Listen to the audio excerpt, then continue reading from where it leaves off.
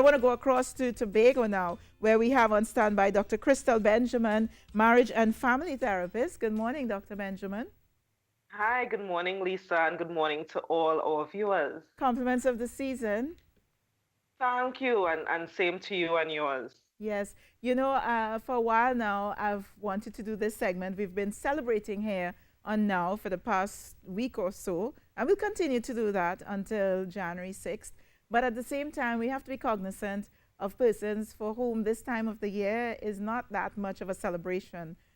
Perhaps, they've lost a loved one, or they're coming out of a broken relationship, or it's just something that makes them feel really sad. Can you talk to us a bit about the sadness around this time of the year?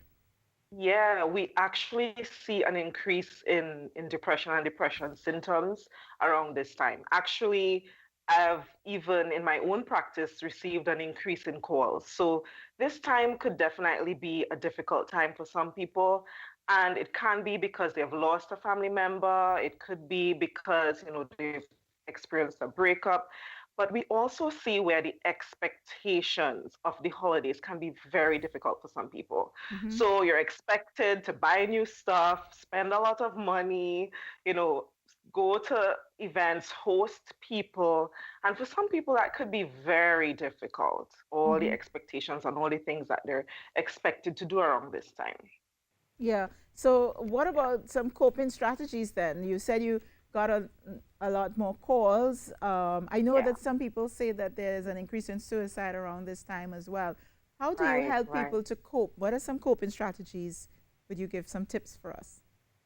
Awesome. Yes, for sure. So I'll give about three different things that you can consider if you're experiencing a difficult time around this time. Mm-hmm. Number one, it's important for you to understand what your triggers are.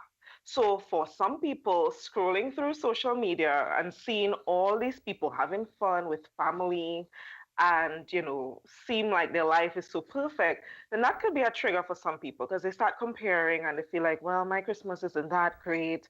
I didn't spend that much money. So understanding what your triggers are, maybe going to a furniture store and seeing all the sales, it's probably not a good idea. So the one of the first things is really understanding what your triggers are. And then the second thing will be to plan for it. So if you know that you love to spend money, but you're trying to reduce your debt or be a bit more responsible fiscally, then do a budget. If you know that you have a lot of events coming up, then sit and try to schedule stuff, schedule your nothing time, your time to just debrief and de-stress, that kind of thing. So you really want to plan based on your triggers. And then, of course, seeking professional help.